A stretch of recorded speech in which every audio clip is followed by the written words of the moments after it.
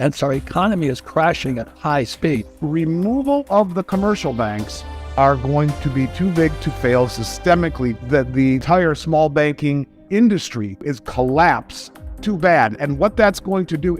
All I said was that our wealth is stolen the banks via our money supply. Insanity that's going on today in the banking system. 1971, there was a guy named D.B. Cooper, and he supposedly jumped out of the back of a 727.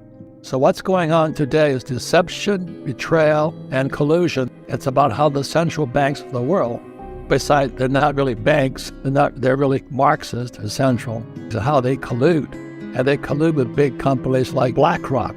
And so our economy is crashing at high speed. What did you hear in her DBC? Deception, betrayal, collusion. We all left Monday thinking that, hey, it's okay. The banks are going to be bailed out, and it won't be at the taxpayers' expense, which we all knew was a lie. It would be at your dollar's expense or your deposits' expense, in the respect that the money had to be created out of thin air, and we just figured that would mean more inflation. So all of the banks, regardless of their poor choices, their gambling, if you will, in depositors' assets, and we'll talk about that in a moment, that they'd be bailed out, and that this would just be an ever-increasing party of printing and backstopping the banks. All of the small regional banks will be backed by the full faith and credit of the Fed, so that none of these banks are going, if they fail, they will all be bailed out the way that Silicon Valley. And well, basically what she said was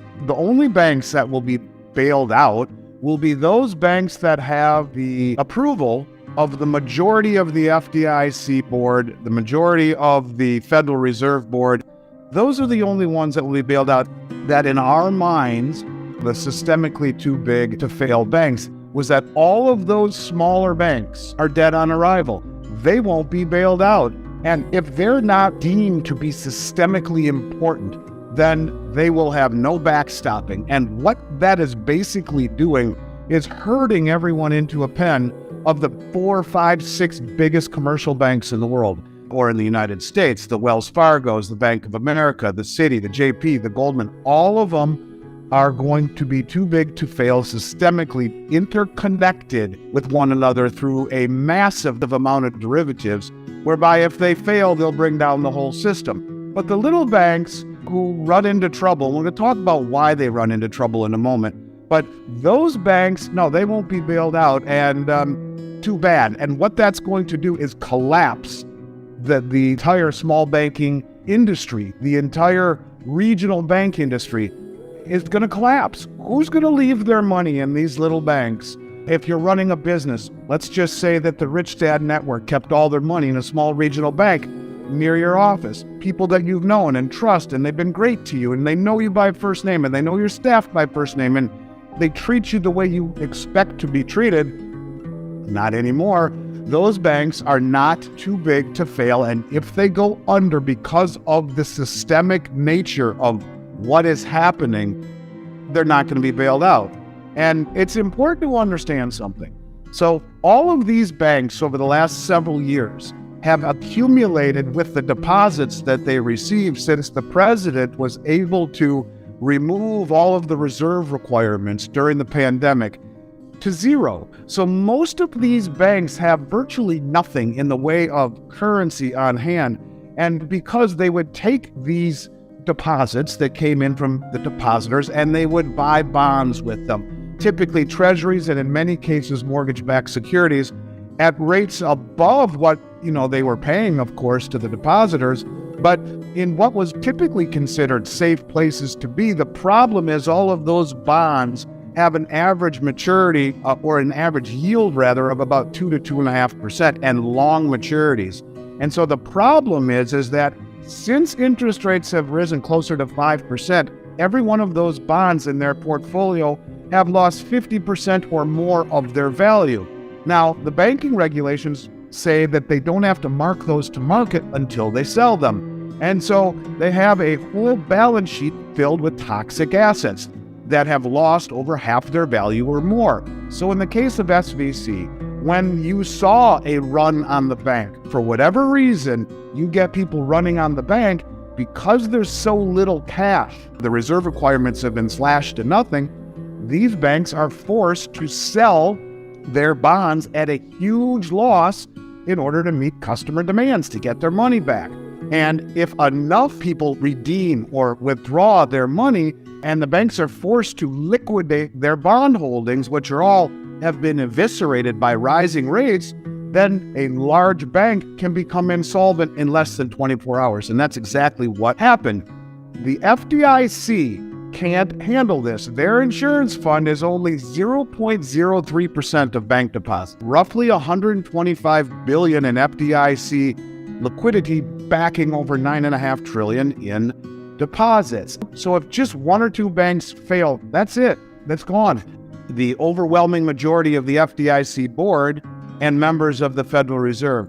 So they're going to decide which banks are worth saving and which banks aren't. And we all know which banks they're talking about. These are the commercial banks. We are seeing billions of dollars flow into now over the last several days. People are yanking their deposits out of these smaller banks because they're terrified that they are going to pick and choose as to which ones they believe are too important to fail and which ones aren't. Every one of the people who have large accounts at these regional banks are going to pull their money out and they're going to send it over to Citibank, to Goldman Sachs, because they know that those banks will not be allowed to fail. So a small regional bank is on my property. And if a bank like that fails, I can pretty much guarantee you, if it's a small regional bank, we bailed out those banks, but not you guys. How many employees lose their jobs? A lot of employees. And more than that, how many people are going to lose their money? As it should have happened with Silicon Valley Bank. And they've changed the laws in midstream. Now, I'm going to deviate just a little bit. I'm extrapolating. I don't have evidence to back this, but I want people to think outside the box. So removal of the commercial banks and a central bank digital currency, this act is going to herd everyone out of the thousands of small regional banks that provide customer service in the lobby and a good experience, what banking used to be. Now everyone does it on their iPhone and on their computer. They don't go into the bank as much. There's not as much interpersonal communication and relationships. So those banks are going to go bye-bye because everyone's going to pull their money out of those banks because they're scared. What if you have a mid-sized company with $10 million in a regional bank and you're afraid that if we see more systemic problems, which we will as rates continue to rise, putting more pressure on these horrible bond portfolios, and they start to fail, everyone is going to yank that money out as fast as they can and send it to the big commercial banks. Now, a handful of very small banks are very large banks, a small selection of them. What happens? They herd everyone into a handful of these banks, and then we see a Bear Stearns or a Lehman Brothers moment where one of them is allowed to fail, creating panic. Everyone panics. That money is now vaporized like that. FDIC doesn't have enough to back it. So what happens then? In comes the central bank digital currency on a white horse. We're here to save the day. And this shows why we need to get rid of the commercial banking system, where her whole idea was to get rid of the commercial banks and enact monetary policy directly to the citizen or the consumer on their iPhone directly from the central bank. So all I can simply say to you is this: the banks are in trouble. We're going to increase the tremendous amount of inflation that's already into the system. We're going to increase it to bail out those banks that are systemically too big to fail. And they've already told us it won't be via taxpayer injections or bailouts. They've told us that FDIC only has 0.03% backing, so that won't work. So they'll print money to bail those banks out.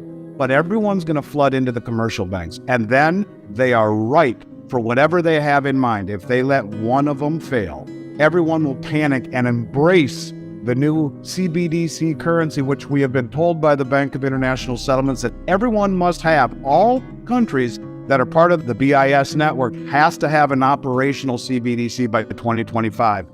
Who knows? Maybe we'll have one much sooner than that, the way that this is all going, but this is very frightening.